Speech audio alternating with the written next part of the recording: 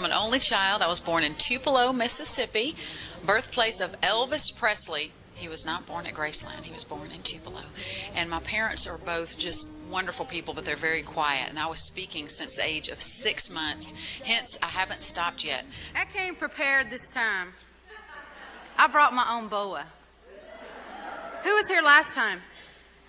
Y'all remember I wasn't prepared. I didn't know y'all were so sassy and fun. So tonight I'm ready. Heartache and pain are all around you. Troubled waters of life, they almost drown you. So just reach out to that reaching down hand, 'cause Jesus is a miracle man. What difference does it make if they did you wrong or you did them wrong?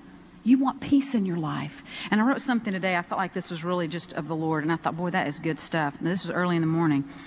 Lifelong family disputes, precious friendships that have faded in sadness, work situations gone awry, and possibly even world wars could be prevented where people are willing to talk and share and open up. Do you believe that's true? And you can start it today in your little bucket. Not sister's bucket next to you, your bucket. And to think through your balcony people. And if there are people in your life that are just draining you to the point where you can't hardly get out of bed, they don't need to be in your balcony because they're throwing a pea at your head. And I want you to think about this as I head off this stage, and I'm not going down the stairs.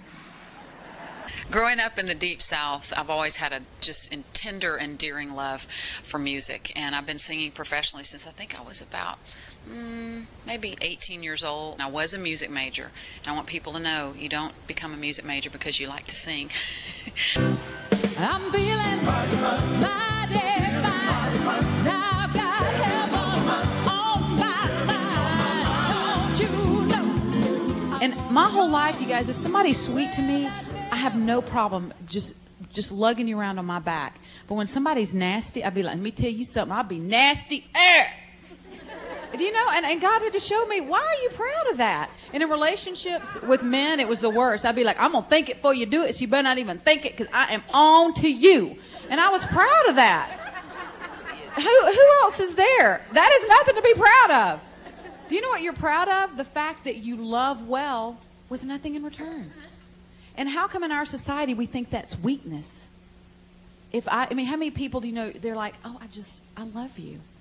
Let's think girl-guy relationship. And the guy's like, and you're like, oh, where's your pride? Just recover, walk away. Why are we like that? Instead of going, how marvelous that you love regardless. If you react, it is somehow confirming a secretly shaky self-image. If you know who you are, whose you are, why do you feel the need to be like,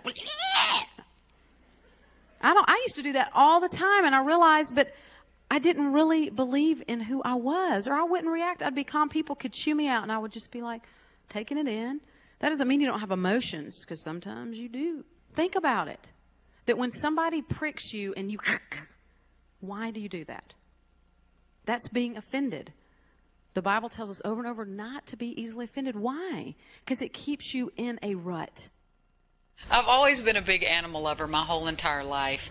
And one of the stories I love to tell is about my great Aunt Louise. And she grew up right down the street from my parents. And she's an amazing seamstress. And she would make these doll clothes for my doll named Puddins, that was a Madame Alexander doll.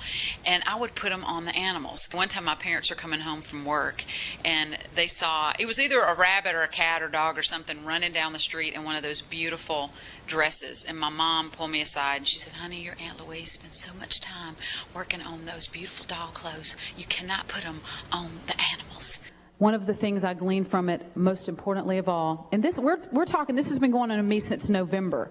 So I'm not saying, I was in the 7th grade and God showed me this in a burning bush. This just happened to me. This revelation, this epiphany, this burning bush moment. Not a Calgon moment. That's a bad moment. A burning bush moment's a good moment. That you hear so much about the potter and the clay, which is good, but the clay doesn't have it's a lump of clay. Help me. Do you want to be a lump of clay? And he's creating you, but there's no emotion there. We don't want to stay there. That's where it begins. It happened on a Monday. That's when you're the clay. Mold me. That's the beginning process. But it would just grieve me to think that any of us would stay there. There's so much more. Then the next phase that we're going to move into, you hear so much about the shepherd and the sheep, which is wonderful, but you guys know a lot about sheep. Stupid. I need food. I need water. Oh, good. Go there. I don't know. I think I'll wander off in the bushes. Might be a coyote. Maybe we can be friends. I've always been real jealous of people that had these beautiful, eloquent last names. And when I was a little girl, I always wanted to be Lauren Lassiter because I thought it sounded very dashing and demure versus Lauren Kitchens. Because growing up, people call me Lauren Pots and Pans, Lauren Bathrooms. And a friend told me a couple years ago, she goes, I love your name because it fits who you are. And I go, a kitchen? She goes, well, think about it. That's where everybody gathers when they're at people's houses. They visit in the kitchen. And she goes, that's exactly who you are. You love people, being with people. The more people around, the better. And when people are visiting and having a good time, I feel like I've accomplished something. I went, you're right. I got that last name for a reason. You got a friend in me. You got a friend in me. You got a friend in me.